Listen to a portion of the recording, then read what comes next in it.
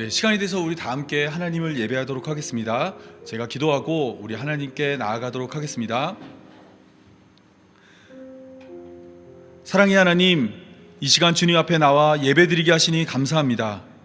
우리의 마음과 생각을 주님께로 온전히 향하게 하시고 진리의 말씀과 성령의 임재로 우리를 새롭게 하옵소서. 이 예배가 하나님께 기쁨이 되게 하시고 우리에게 은혜와 평강이 넘쳐나게 하여 주옵소서. 이 모든 말씀 우리 구주 예수님의 이름으로 기도합니다. 아멘. 우리 예수 우리 왕이와 함께 찬양하도록 하겠습니다.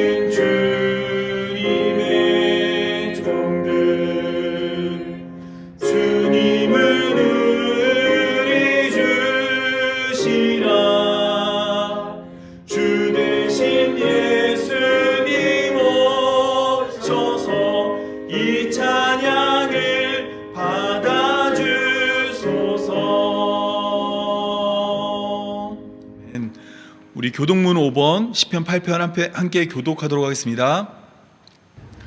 여호와여, 우리 주여, 주의 이름이 온 땅에 어찌 그리 아름다운지요. 주의 영광이 하늘을 덮었나이다.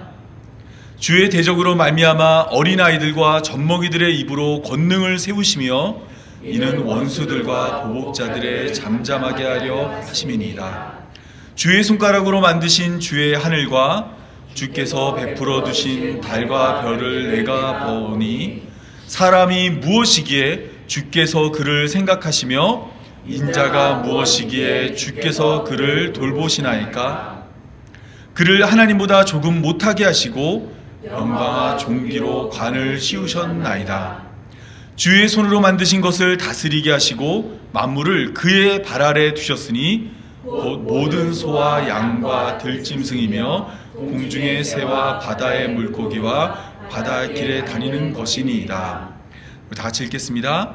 여호와 우리 주여, 주의 이름이 온 땅에 어찌 그리 아름다운지요. 아멘. 우리 찬송가 나의 죄를 씻기는 우리 함께 찬양하도록 하겠습니다.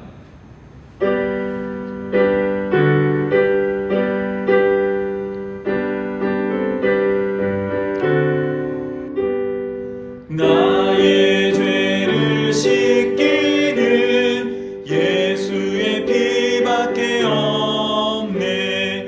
다시 정케 하기도 예수의 피밖에 없네. 예수의 흘린 피 날 이게 하오니 귀하고 귀하다. 예수의 피밖에 없네. 나를 정케 하기는 예수의 피밖에 없네. 사죄하는 증거도 예수의 피밖에 없네.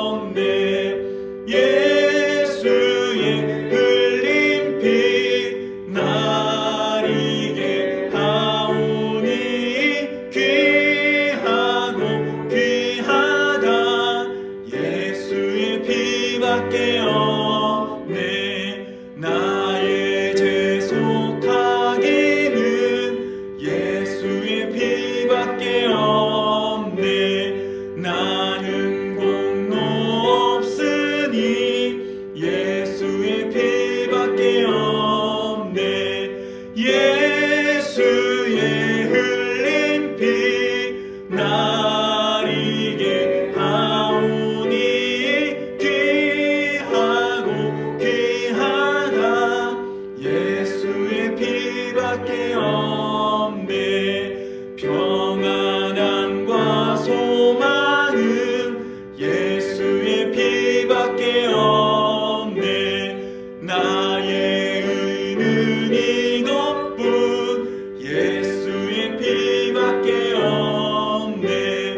예수의 흘린 피 날 이게 하오니 귀하고 귀하다. 예수의 피밖에 없네. 영원토록 내 할 말 예수의 피밖에 없네. 나의 찬미 제목은 예수의 피밖에 없네. 예수의 흘린 피 날 이게 하오니 귀하고 귀하다. 예수의 피밖에 없네. 성경은 현실이 서로 겹치는 두 영역으로 이루어진다고 말합니다. 하늘과 땅, 인간의 공간과 하나님의 공간이죠. 그런데 평범해 보이는 이 땅의 삶 가운데서 우리는 가끔 하늘의 영역과 마주치기도 합니다. 성경에는 이런 경우가 여러 번 있는데 그때 자주 등장하는 흥미로운 인물이 여호와의 사자, 또 다른 표현으로는 주님의 천사입니다.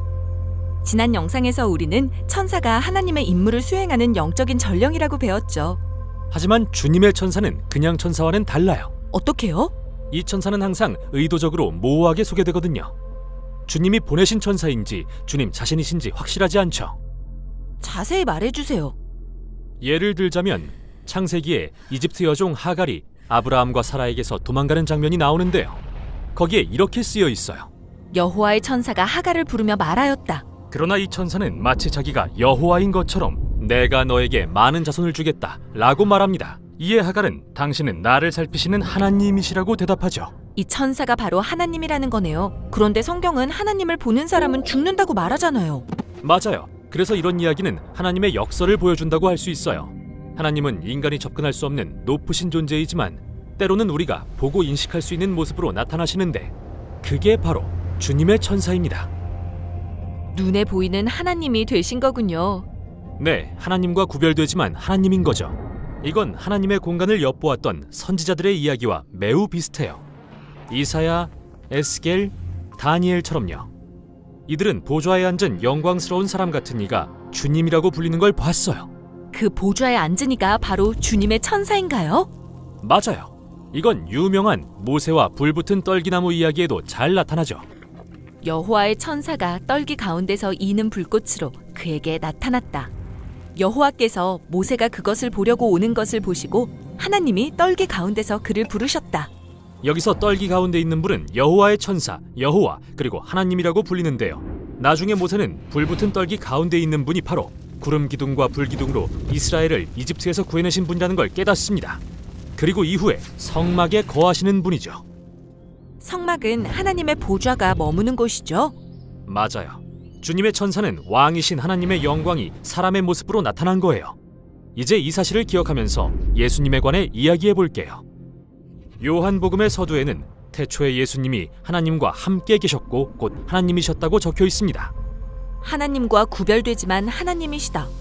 주님의 천사에게서 본 바로 그 역설이네요. 맞아요. 이어서 요한은 하나님의 말씀이 육신이 되어 우리 가운데 성막을 세우셨다고 말해요. 보이지 않는 하나님이 거하시는 성전. 맞아요. 그리고 예수님이 3명의 제자를 데리고 산에 올라 자신이 진정 누구신지 드러내신 장면에서 예수님은 영광스러운 인간의 모습으로 변모하셨어요. 아하, 그러니까 주님의 천사는 인간의 모습으로 나타나신 하나님, 예수님은 인간이 되신 하나님이라는 거군요. 네, 또 주목할 점은 신약 저자 중에 아무도 예수님을 주님의 천사로 부르지 않는다는 거예요. 그건 왜죠? 예수님이 그저 천사에 불과하다는 오해를 낳고 싶지 않았거든요. 예수님은 몸소 인간이 되신 여호와 하나님, 하늘과 땅을 다시 하나 되게 할 위대한 사명을 감당할 분이시기 때문이죠. 우리 다 같이 함께 하나님 말씀 보도록 하겠습니다. 다 같이 보실 하나님 말씀은 요한복음 4장 20절에서 24절입니다. 제가 한 절, 여러분이 한 절 교독하도록 하겠습니다. 우리 조상들은 이 산에서 예배하였는데 당신들의 말은 예배할 곳이 예루살렘에 있다 하더이다. 예수께서 이르시되 여자여 내 말을 믿으라. 이 산에서도 말고 예루살렘에서도 말고 너희가 아버지께 예배할 때가 이르리라.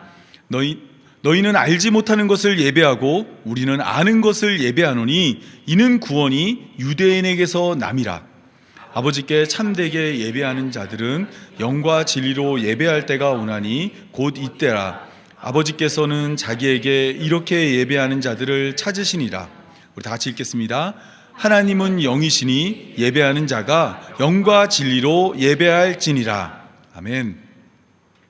네, 우리는 계속해서 성도의 탄생이란 제목 아래 여러 가지 주제들을 함께 살펴보고 있습니다. 믿음은 하늘에서 뚝 떨어지는 것이 아니라 하나님을 아는 것에서 시작한다고 나누었습니다. 그리고 하나님을 알기 위해서는 세 가지 방법이 있는데 이 중에서 온전히 하나님을 알게 하는 것은 성경밖에 없다는 내용을 살펴보았습니다. 그리고 성경의 내용이 어떠한지 창세기에서 요한계시록까지 큰 흐름을 살펴보았고, 그 다음에는 성경이 옛언약과 새언약으로 이루어져 있음을 살펴보았으며, 그 다음에는 옛계명과 새계명에 대한 이야기를 나누었습니다. 옛계명과 새계명은 다르지 않고 하나님이 우리에게 원하는 것은 딱 하나, 서로 사랑하는 겁니다. 그리고 예수님이 그것을 이루었다는 내용을 함께 살펴보았습니다. 그 다음에는 창세기 1장의 처음 창조와 요한계시록 21장, 22장이 소개하는 새 창조의 세상으로 흘러가는 모습을 살펴보았고, 옛 피조물에서 새 피조물이 되어 새 하늘과 새 땅에 들어감도 살펴보았습니다. 그리고 지난주에는 빛과 어둠에 대한 이야기를 통해서 어둠이었던 이 세상이 낮과 밤이 생겼고, 그리고 마지막 하나님 나라에는 밤이 없고 낮만 있는 곳이 된다는 것도 살펴보았습니다. 오늘은 이와 같이 우리가 새하늘과 새 땅으로 나아가며 하나님의 임재와 하나님을 예배하기 위해 어떠한 것을 하고 진정한 예배라는 것이 어떠한 것인지 오늘 말씀을 통해 함께 살펴보도록 하겠습니다. 하나님은 천지와 만물을 창조하실 때 하나님의 보시기에 좋지 않은 것을 하나님의 보시기에 좋은 것으로 만들며 창조하였습니다. 이 첫째 날에 하나님이 빛을 만들고 하나님의 보시기에 좋았다고 말했고, 둘째 날에 하나님 보시기에 좋지 않은 것을 하나님 보시기에 좋은 것으로 만들어서 위의 물과 아랫물로 나누었으며, 셋째 날에는 이 묻을 드러나라고 말하여서 또 하나님의 보시기에 좋은 세상을 만들었습니다. 이렇게 하루하루 하나님의 보시기에 좋은 세상으로 만들다가 여섯째 날이 되었습니다. 하나님은 흙으로 각종 짐승을 만든 후에 아담을 창조하였어요. 그런데 아담에게서 하나님의 보시기에 좋지 않은 점이 발견되었습니다. 그것은 바로 창세기 2장 18절이 말하고 있는 바와 같이 사람이 혼자 사는 것이 좋지 아니하니 내가 그를 위하여 돕는 배필을 지으리라 말씀하였습니다. 하나님은 아담이 혼자 사는 것을 좋지 않게 생각했습니다. 그렇다면 하나님은 아담에게 곧장 하와를 만들어주면 됩니다. 그런데 이 본문을 자세히 살펴보면 창세기 2장 18절에서 돕는 배필을 지으리라 말씀하신 하나님은 창세기 21장이 돼서야 아담에게 돕는 배필을 만들어줍니다. 곧장 돕는 배필을 만들어주면 문맥이 더 자연스럽지만 창세기는 창세기 2장 18절과 21절 사이에 아담이 동물들의 이름 짓는 모습을 소개하고 있습니다.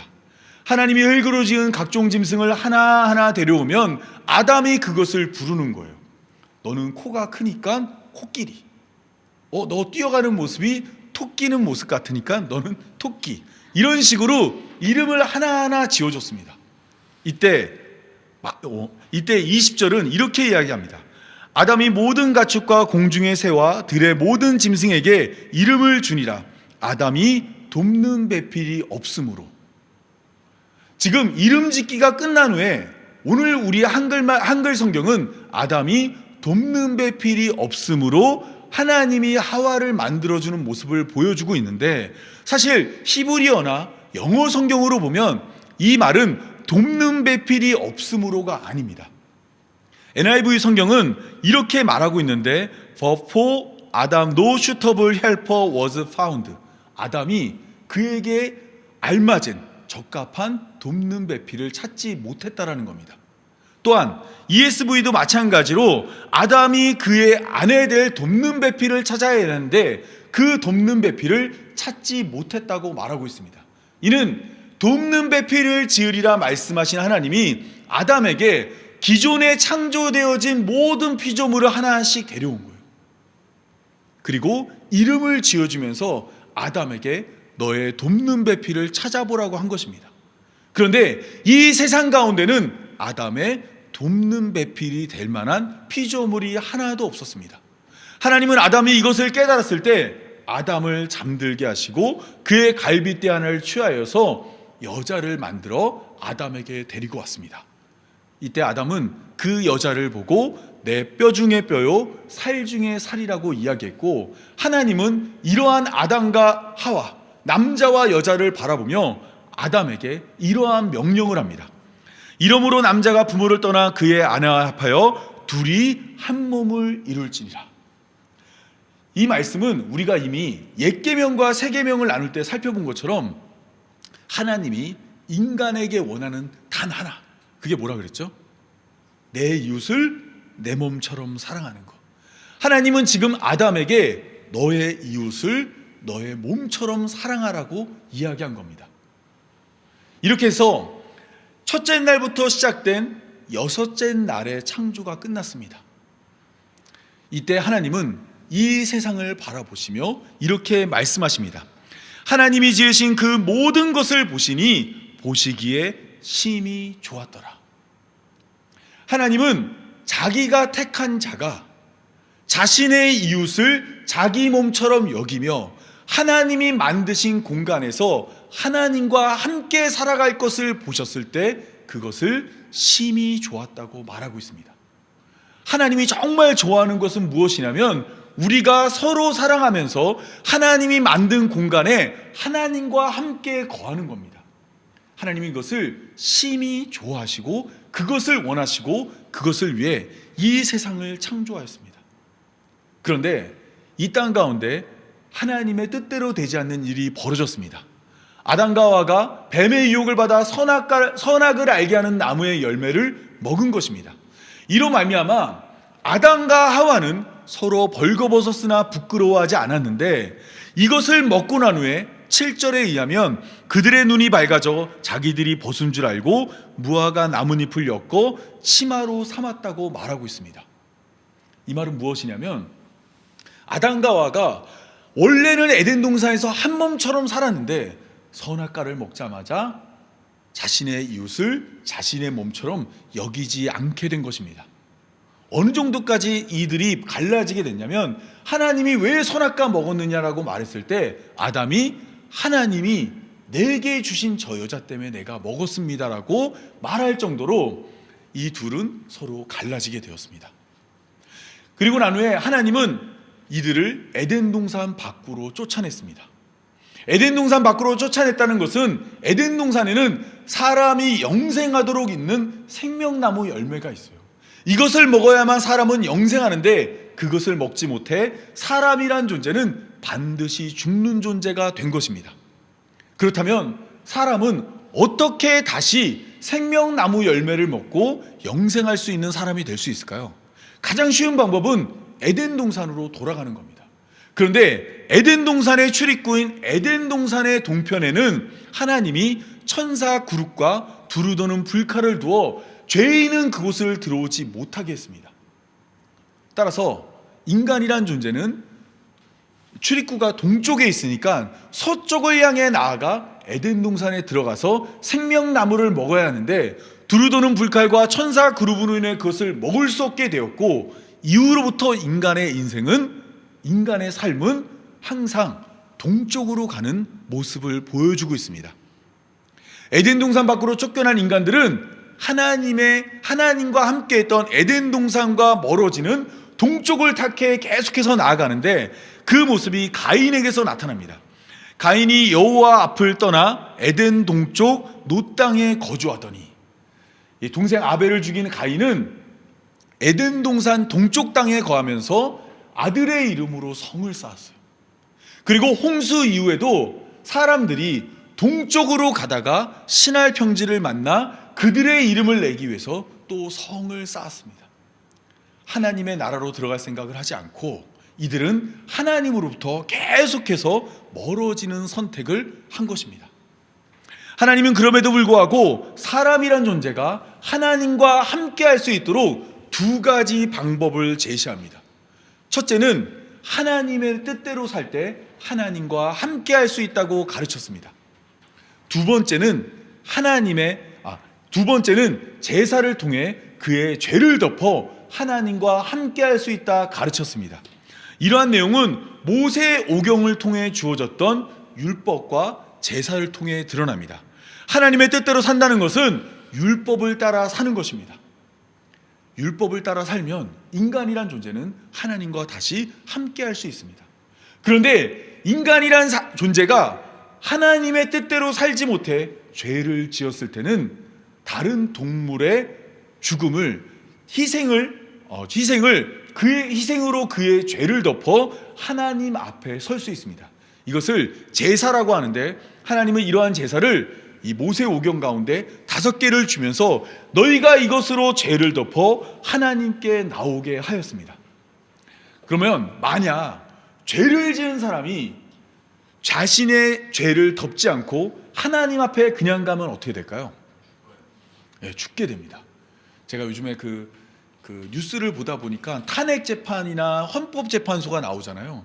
거기 보니까 재판관들이 저 높은 보좌에 앉은 것처럼 쫙 앉아 있고, 이제 한 사람을 신문하는데 정말로 하나하나 꼬치꼬치 물어봅니다.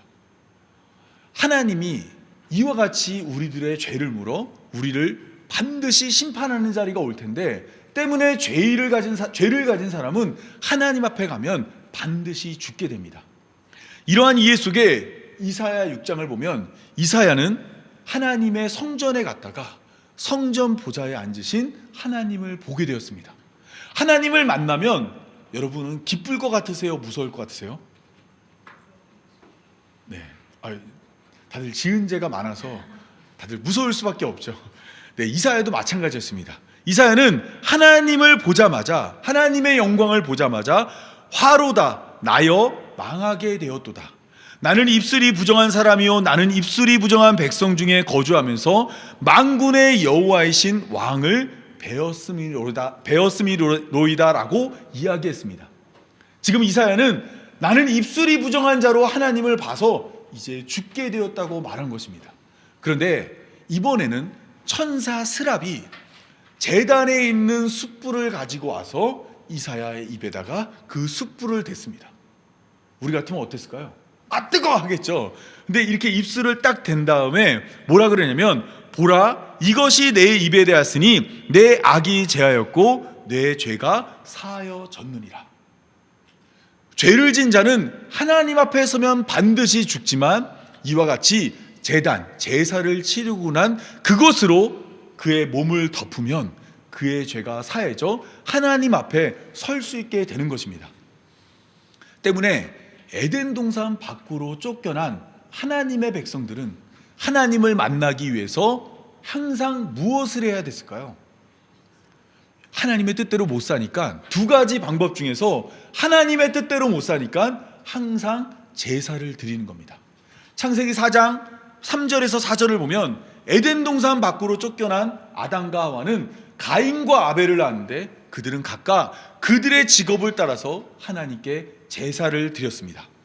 그리고 노아는 방주에서 나와서 정결한 짐승과 모든 정결한 새를 제물로 취하여 번제로 제단에 하나님께 제사를 드렸습니다. 또한 창세기 22장을 보면 하나님은 아브라함은 이삭을 바치라는 하나님의 명령을 듣고 하나님이 보여주는 산으로 가서 그곳에서 이삭을 바치려 할 때 하나님이 보여주는 순양으로 이삭을 대신하여 제사를 드렸습니다. 이처럼 하나님을 만나는 방법은 제사를 통해 자기 죄를 가려야 하는 것입니다. 우리가 죄를 안 지어서 하나님 앞에 서면 제일 좋은 거지만 우리는 인간이기에 누구나 죄를 짓고 하나님은 이렇게 죄를 진 자를 제사를 통해 하나님께 나오게 한 것입니다. 성경 가운데서 이스라엘 백성들이 단체적으로 하나님을 만나기 위해 떠나는 모습이 출애굽기에 나옵니다. 애굽에 살고 있던 이스라엘 백성들은 하나님의 부름을 받아서 이제 약속의 땅에 가게 되었습니다. 애굽의 바로는 이스라엘 백성들을 보내줄 마음이 없었습니다. 이때 하나님은 그들을 하나님이 있는 곳으로 인도하려면 아까 둘 중에 하나를 해야 된다 그랬죠. 하나님을 만나러 갈 거예요. 애굽을 나와서 약속의 땅으로 갈 거거든요. 그러면 둘 중에 하나를 해야 돼요. 하나님을 만나기 위해서. 죄를 짓지 않거나 그들이 그들의 죄를 가려야 하는 겁니다. 다른 누군가의 죽음으로 죄를 가려야 돼요. 그래서 하나님은 이스라엘 백성들을 애굽에서 건져내는 날 10가지 재앙의 10번째 재앙으로 애굽에 있는 모든 장자를 다 죽였습니다. 그러면 애굽에 살고 있던 이스라엘 백성들도 죽어야 될 거 아니에요. 그런데 그들에게는 하나님이 어린 양의 피를 문설주에 바르면 이 집을 내가 죽이러 갔다가 그 피를 보고 넘어가는 겁니다. 이게 유월절이에요. 유월절. 하나님이 모든 집을 다 죽이러 애굽에 하나님의 심판이 임했는데 그곳에 피로 덮여진 집은 이미 심판이 임한 것으로 보고 넘어가 주는 겁니다. 그래서 하나님은 이스라엘 백성들에게 어린 양의 피를 문설주에 바르라고 명령했고 이렇게 바른 자들은 자신의 죄를 덮어서 하나님이 약속하신 그 땅을 향해 출발할 수 있었던 것입니다. 출애굽 이후 하나님은 하나님의 임재를 이스라엘 백성들이 깨닫도록 그들 가운데서 여러 가지가 있지만 대표적으로 성막과 성전을 주었습니다. 이 성막과 성전은 이 출애굽 당시에는 성막으로 지냈고 약속의 땅에 들어간 이후에는 성전을 지어서 그곳을 하나님의 집으로 삼았습니다. 그런데 이것을 지을 때 어떻게 이것을 짓게 됐냐면 하나님이 모세를 신의 산으로 부르셨어요. 그리고 하나님이 내가 그들 중에 거할 초소를 그들이 나를 위하여 질 때 무릇 내가 내게 보이는 모양대로 장막을 지으라고 말했습니다. 그러니까 하나님이 이 성막이라는 것을 만들 건데 이 성막을 어떻게 짓게 하는지를 알려줬냐면 하나님이 무언가를 보여준 거예요.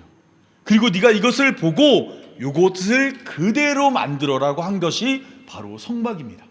그러면 모세는 무엇을 보고 성막을 만든 걸까요? 히브리서는 이렇게 이야기합니다.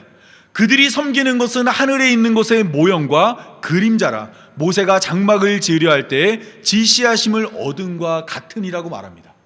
이 말이 무슨 말이냐면 하나님은 모세에게 하늘에 있는 성소를 보여준 겁니다. 그리고 하늘에 있는 하나님 나라에 있는 이 성소를 보고 그곳을 본떠서 이 땅 가운데도 성막을 만들라고 말한 것입니다. 즉 성막과 성전은 하나님 나라에 있는 성소의 모형인 거예요. 그러면 그곳에서 어떠한 일을 하는지 우리 영상으로 함께 자세히 좀 살펴보도록 하겠습니다. And the Lord said unto Moses, Speak unto Aaron thy brother, that he come not at all times into the holy place within the veil before the mercy seat, which is upon the ark, that he die not, for I will appear in the cloud upon the mercy seat. Thus shall Aaron come into the holy place, with a young bullock for a sin offering, and a ram for a burnt offering. He shall put on the holy linen coat, and he shall have the linen breeches upon his flesh, and shall be girded with a linen girdle, and with the linen mitre shall he be attired. These are holy garments. Therefore shall he wash his flesh in water, and so put them on. And he shall take of the congregation of the children of Israel 2 kids of the goats for a sin offering, and 1 ram for a burnt offering. And he shall take the 2 goats, and present them before the Lord at the door of the tabernacle of the congregation. And Aaron shall cast lots upon the 2 goats, 1 lot for the scapegoat, and the other lot for the Lord. And Aaron shall bring the bullock of the sin offering, which is for himself, and shall make an atonement for himself and for his house, and shall kill the bullock of the sin offering which is for himself. And he shall take a censer full of burning coals of fire from off the altar before the Lord, and his hands full of sweet incense, beaten small, and bring it within the veil. And he shall put the incense upon the fire before the Lord, that the cloud of the incense may cover the mercy seat that is upon the testimony, that he die not. And he shall take the blood of the bullock, and sprinkle it with his finger upon the mercy seat eastward, and before the mercy seat shall he sprinkle of the blood with his finger 7 times. Then shall he kill the goat of the sin offering, that is for the people, and bring his blood within the veil, and do with that blood as he did with the blood of the bullock, and sprinkle it upon the mercy seat, and before the mercy seat. And he shall go out unto the altar that is before the Lord, and make an atonement for it, and shall take of the blood of the bullock, and of the blood of the goat, and put it upon the horns of the altar round about. And when he hath made an end of reconciling the holy place, and the tabernacle of the congregation, and the altar, he shall bring the live goat. And Aaron shall lay both his hands upon the head of the live goat, and confess over him all the iniquities of the children of Israel, and all their transgressions in all their sins, putting them upon the head of the goat, and shall send him away by the hand of a fit man into the wilderness. And the goat shall bear upon him all their iniquities unto a land not inhabited, and he shall let go the goat in the wilderness. And he shall wash his flesh with water, and offer his burnt offering, and the burnt offering of the people, and make an atonement for himself and for the people. And this shall be an everlasting statute unto you, to make an atonement for the children of Israel for all their sins once a year. 그 제사라는 게 대충 어떤 것인지 아시겠죠? 근데 생각보다 성막이 크지가 않아요. 네. 근데 여기에는 1년에 한 번 이와 같이 대속죄일에 제사장이 이와 같이 지성소 안으로 들어가서 자기의 아까 제사 드렸던 그 희생 제물의 피를 뿌리는 모습을 볼 수 있습니다. 요거를 조금 더 자세히 한번 살펴볼게요. 이 안에는 이 성막 안을 들여다보면 성막 안에는 2구의 장소로 구분이 됩니다. 그것을 가로막는 것은 휘장인데 휘장 안쪽에는 하나님의 임재를 상징하는 지성소가 있습니다. 그리고 이것의 지성소 안에는 언약궤가 있는데 이 언약궤를 자세히 살펴보면 언약궤는 이러한 모습으로 되어 있어요. 이 언약궤 위에는 천사 그룹이 위치하고 있고 고개를 아래로 향해서 그 안에 내용물을 보려고 합니다. 이 안에 내용물에는 3가지가 들어가 있죠. 하나는 십계명 돌판, 하나는 아론의 쌍난 지팡이, 하나는 만나입니다.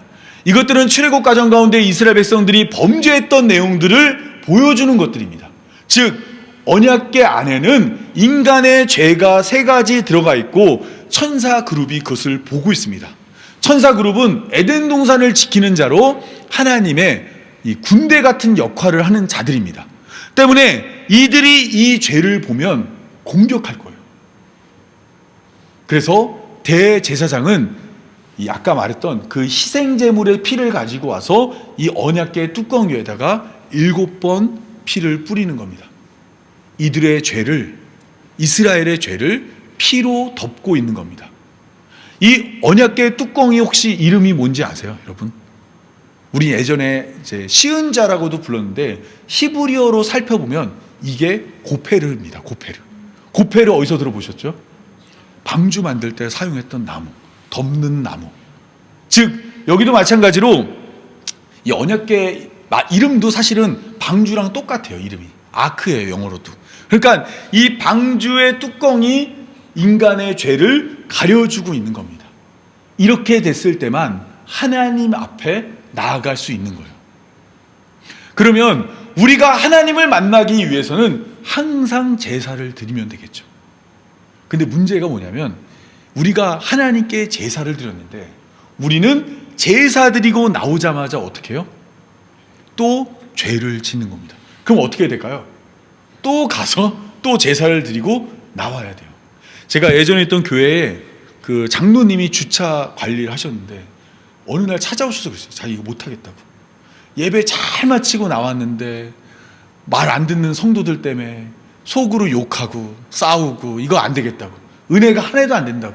막 이런 말씀을 하신 것처럼 제사장들도 제사를 드리고 나왔지만 항상 죄를 짓기 때문에 이러한 제사는 한계가 있었습니다.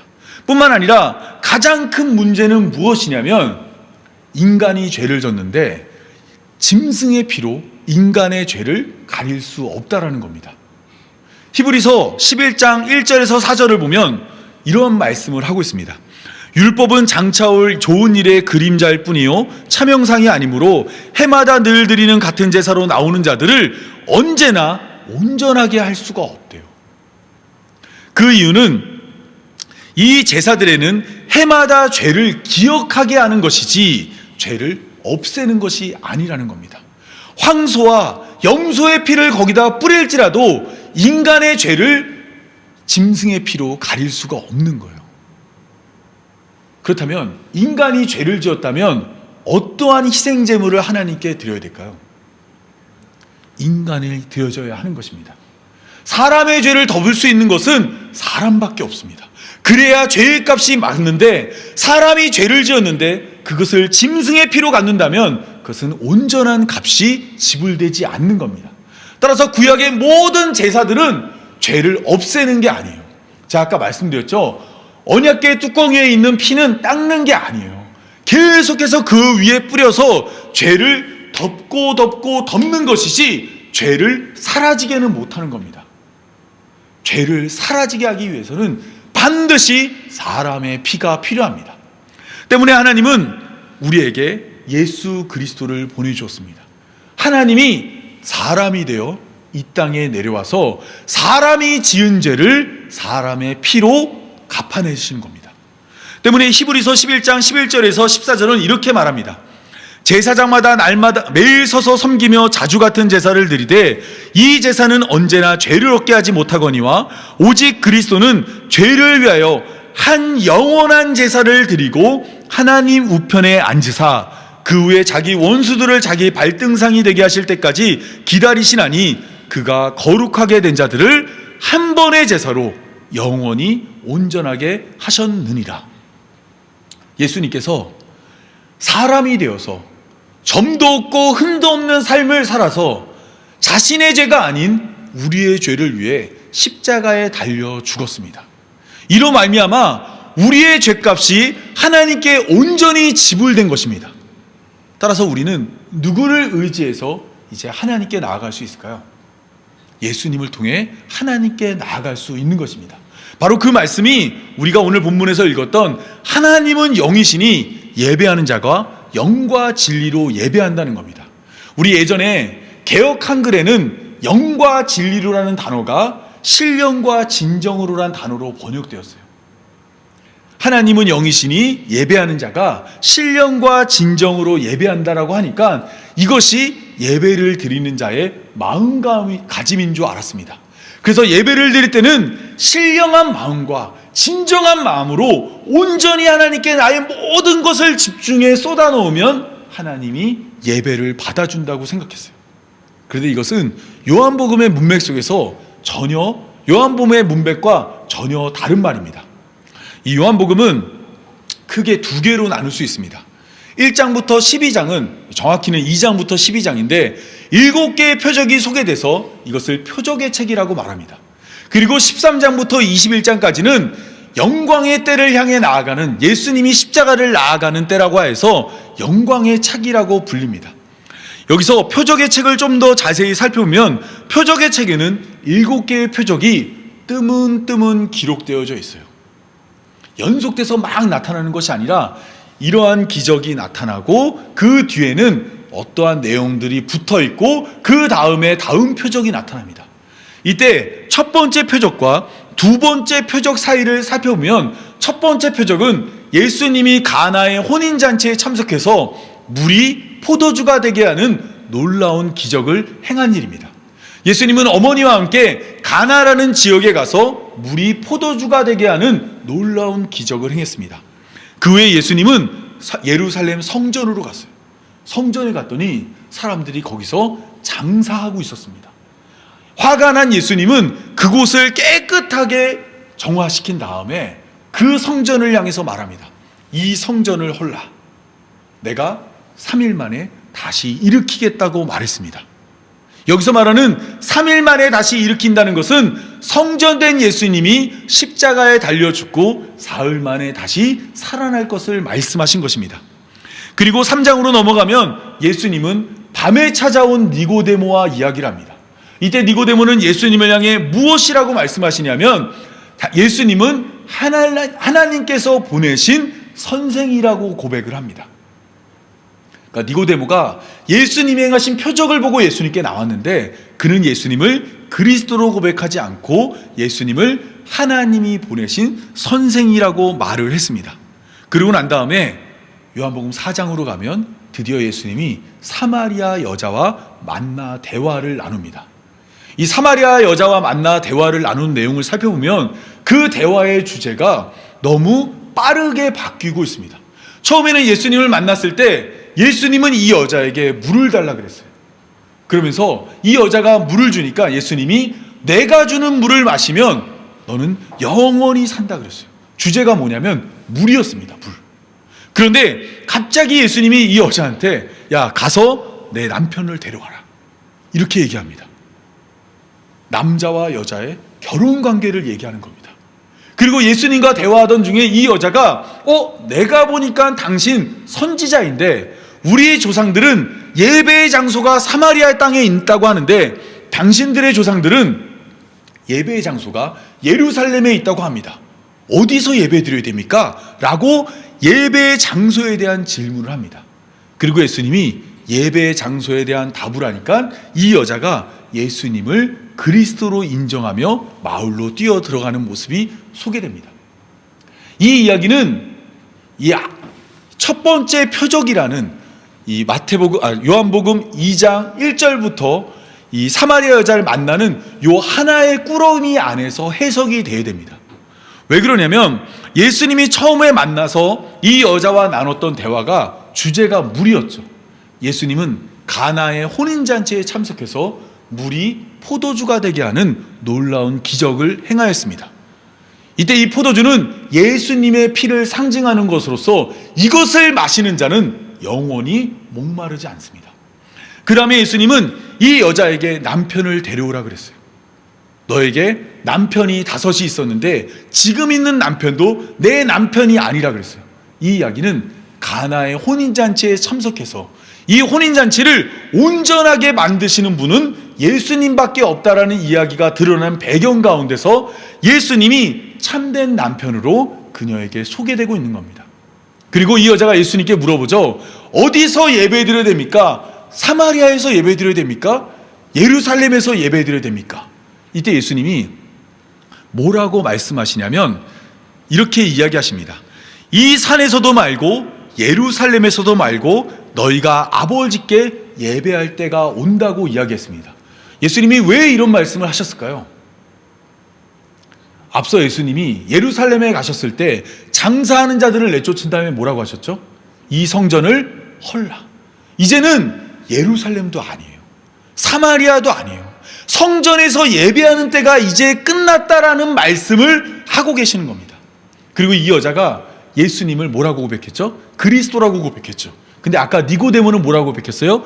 하나님께서 보내신 선생이라고 얘기했습니다.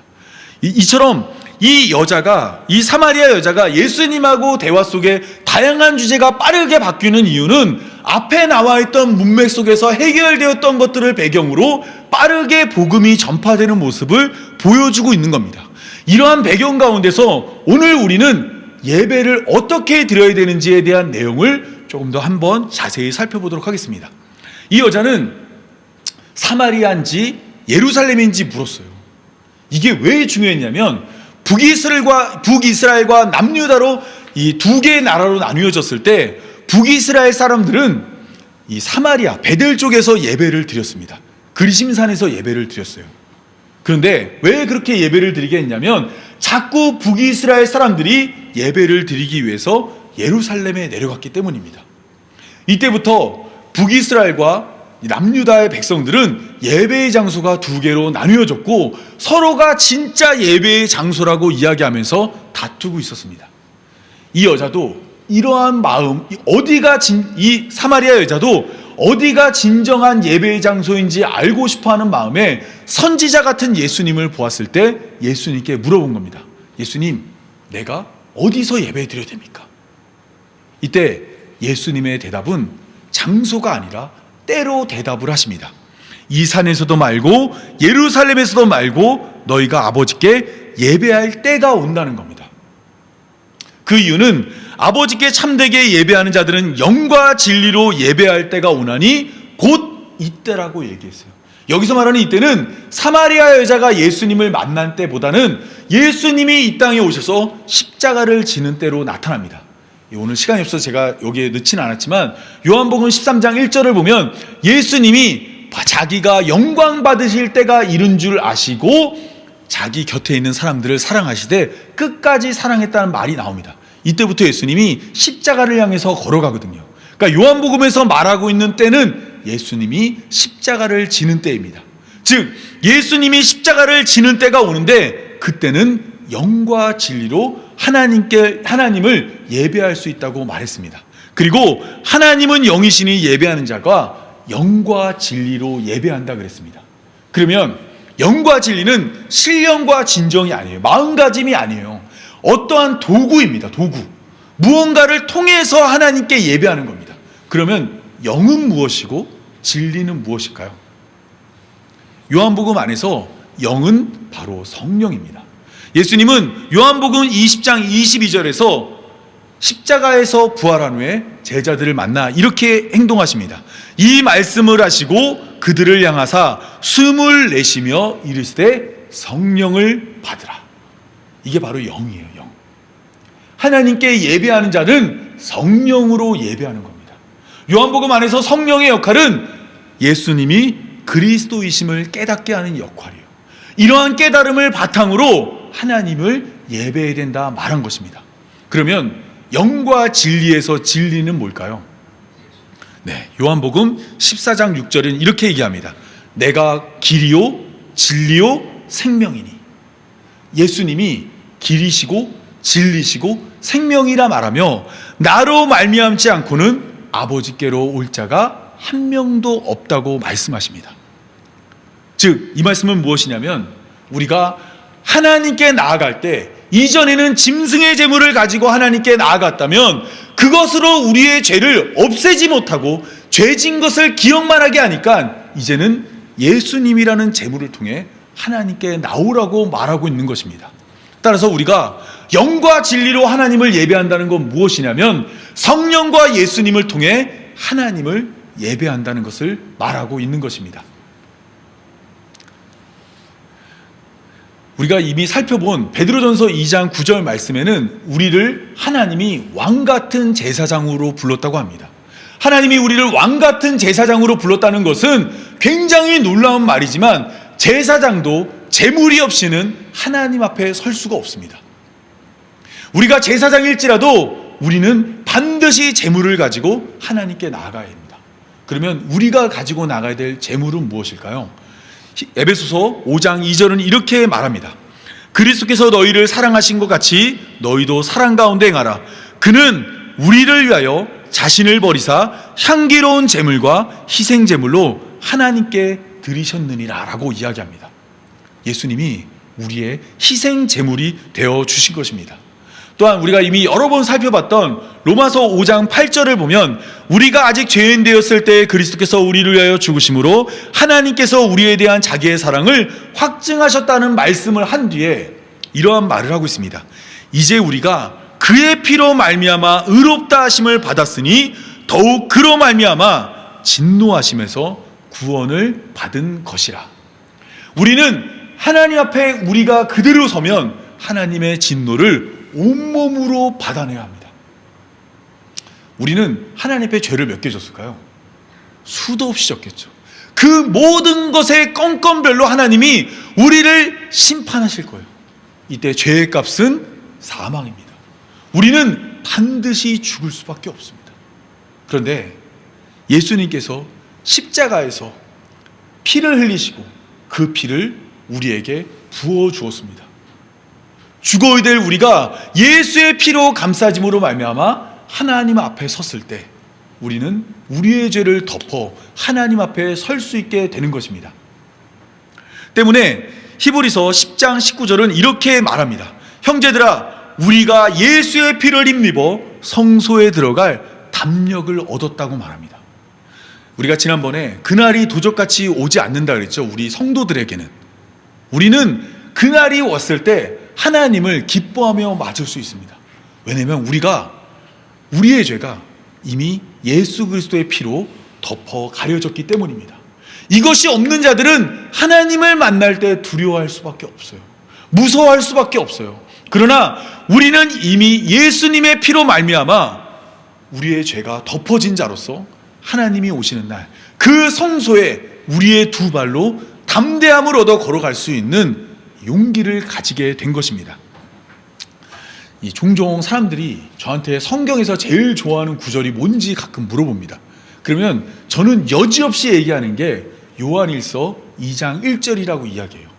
요한일서 2장 1절 내용이 뭐냐면 이런 내용입니다. 나의 자녀들아, 내가 이것을 너희에게 쓰면 너희로 죄를 범하지 않게 하려 함이라.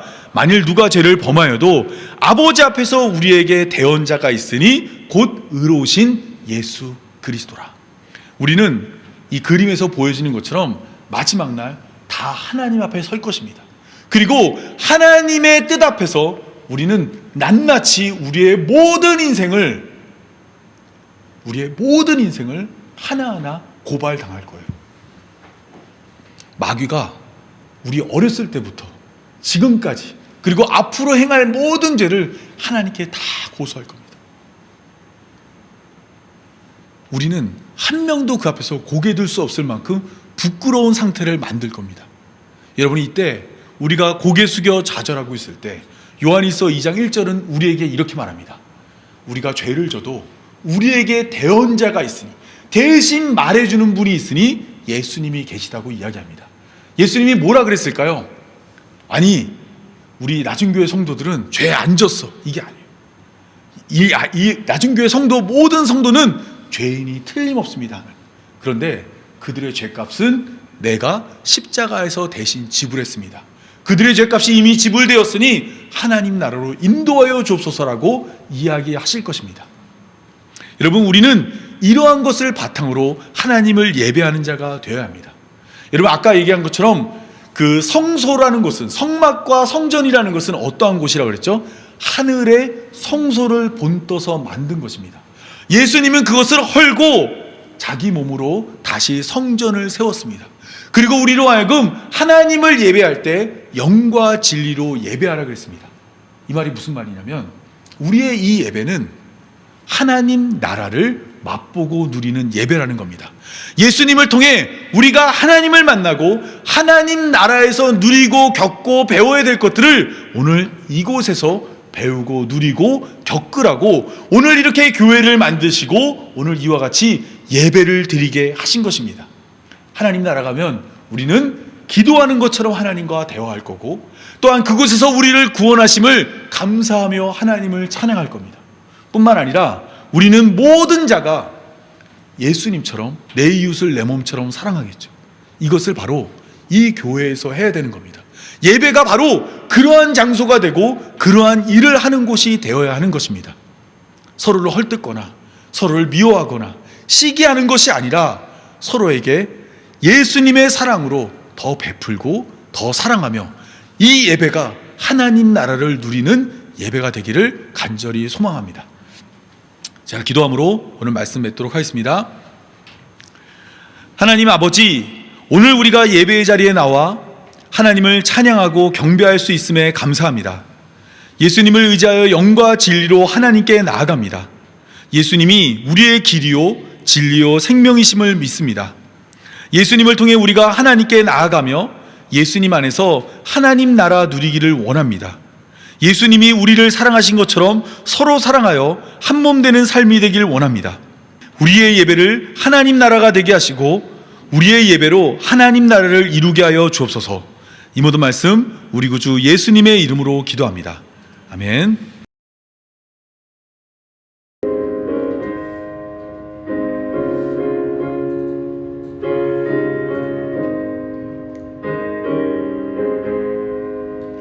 내 영혼이 은총 입어 중한 죄짐 벗고 보니 슬픔 많은 이 세상도 천국으로 화도다. 할렐루야 찬양하세. 내 모든 죄 사함받고 주 예수와 동행하니 그 어디나 하늘 높은 산이 거친 들이 조막이나 궁궐이나 내 주 예수 모신 곳이 그 어디나 하늘나라. 할렐루야 할렐루야 찬양하세. 내 모든 죄 사함받고 주 예수와 동행하니 그 어디나 하늘나라. 아멘. 제가 축도로 예배를 마치겠습니다. 이제는 우리 주 예수 그리스도의 은혜와 하나님 아버지의 무한하신 사랑과 성령의 인도하심이 영과 진리 되신 예수님을 의지하여 하나님께 나아가길 소망하는 모든 성도들과 영원토록 함께하길 간절히 축원하옵나이다. 아멘.